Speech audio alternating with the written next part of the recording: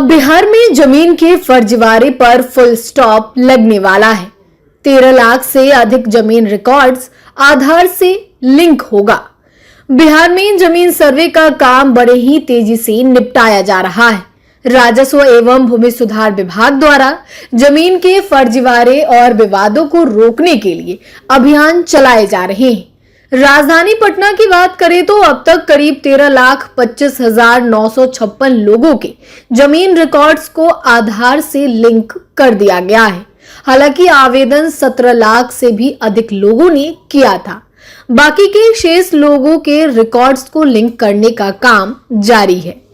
इधर आंकड़ों की माने तो सबसे अधिक पालीगंज और मसौढ़ी में लोगों ने जमीन के रिकॉर्ड्स को आधार से लिंक कराया है। राजस्व एवं भूमि सुधार विभाग की ओर से सभी डीएम को लेटर जारी किया गया है। इस लेटर के जरिए जिनकी भी जमाबंदी हो चुकी है वैसे जमीन को आधार से लिंक करने का आदेश दिया गया है। 13,25,956 लोगों की जमाबंदी आधार से लिंक कर दी गई है।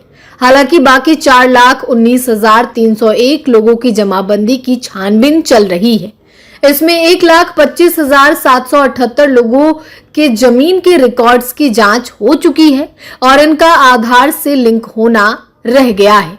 इसके अलावा जिन अंचलों में सबसे अधिक भूमि के जमाबंदी को आधार से सीडिंग किया गया है उसमें पालीगंज में 75,121, मसौढ़ी में 74,855, पुनपुन में 67,835, बांकीपुर में 59,380 और धनौरा अंचल में 57,840 लोगों की भूमि का रिकॉर्ड शामिल है।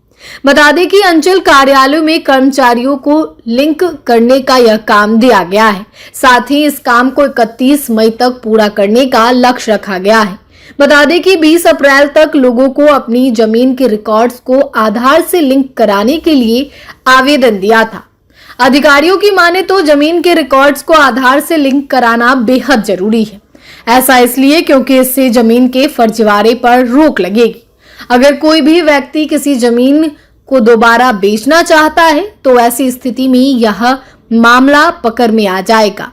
इसके साथ ही साथ एक शख्स के नाम से कितनी जमीनें हैं इसकी भी पूरी जानकारी मिल सकेगी। इससे जमीन से जुड़े विवादों पर भी फुल स्टॉप लगेगा। तो अब तक चल रहे बिहार में जमीन सर्वे को लेकर अब तक 13 लाख से अधिक जमीन रिकॉर्ड आधार से लिंक हो चुके हैं और बाकी जो भी रिकॉर्ड्स आधार से लिंक नहीं हुए हैं उन्हें जल्द से जल्द लिंक करने की तैयारी जो है वो चल रही है और ऐसे में अब बिहार में जमीन से विवादों में कमी आएगी।